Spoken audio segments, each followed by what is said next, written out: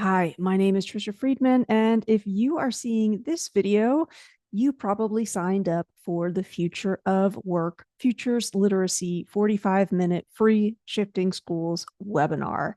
Thank you for doing that. I promised you a video, I promised you all of the content, and here it is. Now, what you are not going to see is a recording of the live webinar because it was a discussion, and to maintain the privacy of the group, we didn't record. So this is really just me walking you through the slides and also giving you a little bit of an explanation of how you might use these resources with friends or family or students. So we started off with this very simple four corners exercise just as a little bit of a touch base to get a sense of where others are at, how they're feeling about the future. So participants picked one of these flavors and then they explained why. I will say that the popular answer from the live group was, any guesses? It was the hot sauce because people are feeling a little bit spicy about all of the uncertainty that we're experiencing. So if you signed up, you might also just be a little bit curious about futures literacy. I find that specifically in K-12 education, futures literacy is a new-ish topic that not many are familiar with. And I like to frame it this way. Can you think of the last time you made a new friend? If you are recalling that instance, it's quite likely that there might have been some early indicators, some clues, some signals that you and this other person had the potential for friendship. What were those clues? What tuned you in to notice them? And then as you notice that, did you start to imagine, well, our friendship might thrive because, or this might be an opportunity for our friendship to come to fruition? Once that friendship actually happened, you might have also started thinking about the things that you needed to do to make sure the friendship survived or thrived or lived on. In essence, that's what it means to be futures literate. You are noticing, you're imagining, and then you're also making sure that you take action. So for a much longer conversation on that, on slide 5, it has the link to a full guide that walks you through how futurists and aspiring futurists like you can talk about signals. Now, you've heard me say this word signal a few times. If you're not sure what it is, you're already noticing I like to think in dog metaphor. A signal is like a one-off bark. For those of you like me who you live with dogs, sometimes a dog barks at something and I have to do a little bit of investigation. Is that a happy bark? Is that a scared bark? Are you letting me know that somebody is at the door? It's a clue often to something. Sometimes that's a bark that I need to pay attention to. Sometimes it's not.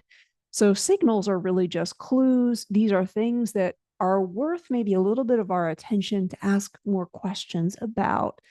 They might be signaling to us that something is going to change. Now, trends are also things that you often probably hear futurists talking about. To extend the dog analogy, this is where we've got coordination, we have momentum, we have data, we have evidence that things actually are changing. There is a shift going on. So where a signal is an indicator that maybe something is going to happen, a trend is much more definitive. We've got a lot more data to surround it. You can find signals just about anywhere. For this topic, I thought it would be great to be looking at Entrepreneur Magazine, and I checked a bunch of them out from my local library, and I came across this story of a man who calls himself a prototypical millennial side hustler. Now, I got curious about this idea. Do a lot of millennials think of themselves as side hustlers? Essentially, this man, Jeff Neal, during the beginning of the COVID pandemic, because pet food was so expensive for him and his family, and the pet food consisted a lot of crickets, He got curious about breeding his own. Then he found out actually there's a whole market for crickets. And now he is earning 30,000 US dollars a year as a side job. So is this a signal of something? Well, an example of just exploring it and giving it a little bit of headspace is to go through this sort of like a micro framework where you would ask, like, what's obvious about the state of cricket breeding? What might be a worldview, assumptions that we make about it? Now, this is a favorite of mine. Explore the pull structure. So, like a dog having a leash where I can redirect my dog, there's other things that might redirect the momentum of a signal. And then lastly, there's the emotional weight or the stories that we tell ourselves about this. And I was specifically curious about what might be a pull force on this signal. What might take this idea of people breeding crickets as side hustles and make it more popular? Well, I did a little bit of sleuthing online and I came across this company called Exo. They make protein powder and they make it from, you guessed it, crickets. Now, why is this a pull force? Well, at my age, my social media tries to remind me all the time, Trisha, you have to consume more protein, more protein, more protein. I see this marketing all the time. And anecdotally, I know a lot of friends who are looking to get more protein. Now, we know that there are some sources that are more sustainable than others. We also know that people are a little bit more mindful, I think, of the environment when they're spending money. So might this drive, this simultaneous drive for more protein and to be more sustainable, might they intersect and generate more cricket breeders? I don't know, but now I'm curious to learn more. So that's an example of coming across a signal and then talking it through. Now on slide 10, you have three different signals to consider. So essentially what I'm inviting you to do is just pick one of these and then hopefully with a peer, talk through what you think might be a pull force on that signal. So on the left, you have a very short podcast episode either to listen to or the transcript is there for you to read. And this is about how in the corporate world, companies are having bespoke AI coaches work with their employees. The middle signal is an article about Shanghai's so-called silver economy and how more elders are going back to school for all different things, how they want to continue their learning, and how the government's supporting that. The last signal on this menu over there on the right is a website. It will take you over to the Noma Collective. They are offering remote work travel experiences that double as kind of a vacation, but also a networking experience for those of us who they work from home and they might not have that built-in collegial social experience. So if you're watching the video, I would pause, take a look at one of those signals on the menu, give it some think time, and then unpause me again.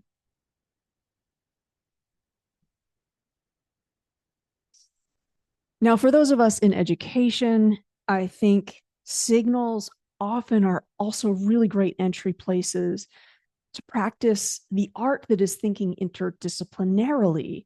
And if you've been listening to the Shifting Schools summer podcast series about the future world of work, you may have noticed that so far, every single one of our guest experts has talked about this, that this is really important in the changing job market, that we have got to be able to think across fields, across subject areas. So on slide 12, I leave you with a few ideas in terms of how we might practice doing that with learners in regards to any of those signals. At the start of this video, I told you a little bit about the difference between a signal and a trend. A trend is where, again, we've got that data, we know the change is happening. So just like I invited you to choose one signal, it's time to make a choice again. This time on slide 13, I'm going to ask you to pick between one of two trends. On the left, you've got information about so-called digital nomad visas.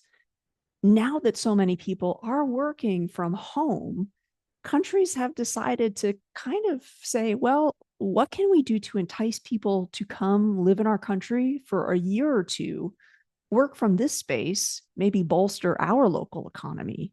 And so we've got over 50 countries who are now doing this, offering these visas for remote workers. And on the right-hand side, we've got your choice of two different links that explore how we are maybe starting to pivot towards a workplace that values skills and skill portfolios over four-year degrees. So you've got some information about what the European Union has done, and they are not alone. India has a program, Singapore has a program, other countries have a program to help people upskill or reskill quickly. And this is because of so-called new collar jobs. These are jobs that are emerging so quickly that employers are saying, we don't want to wait for that four-year degree. We actually want you to just get the skills and be able to start. So just like a moment ago, when I asked you to pause me, make a choice, and then unpause me, I'm going to do that again here.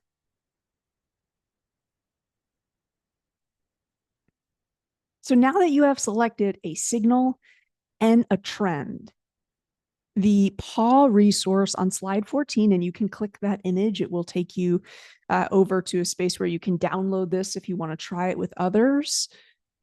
It's really great with learners, but also with our friends and family to be talking about signals in conjunction with trends. This is what really helps us start to reimagine possible futures. So depending on the signal that you picked, would you say that it will prop up or it will undermine the trend? What makes you believe that? Or what is a different angle that helps you associate these two trends? What's a totally different way to be thinking about their connection? Or that last prompt invites us to be thinking about the skills that might emerge that in education, especially, we want to spend more time on. If more of our learners are going to be their own bosses, if they are going to be traveling, having to manage their own time, not necessarily working alongside others, what are some of the organizational strengths or what are some of the networking skills that we want to be thinking more about? So again, this is really just a little bit of scaffolding to get us talking, to get us thinking about the relationships between signals and trends. And it's a great exercise to do in groups. Futures literacy is very much a social activity, and getting a group with a wide variety of perspectives really helps us dig in and think differently about what might happen. In closing, on slide 15, I've made a specific bot that's meant to help us think about job titles that don't exist yet. So it might be that I give the Jessica Jobs of the Future Friend bot a signal I'm thinking about, and the bot will help me ideate job titles. Or I might say, hey, I'm thinking about this. Can you help me extend this idea? You can also ask the bot to explain to you what her job is, what research has informed the way that she engages with you, the user. And again, this is just a tool to help ideate, to help brainstorm, to expand the conversation. And sometimes people will say, well, Trisha, job titles, what do you mean make them up? We do this all the time, folks. Those of you who have been in education long enough, you know the job title that Director of Teaching and Learning, that didn't always exist. We invented it. So as a species, we have always invented job titles. We're going to continue to do that.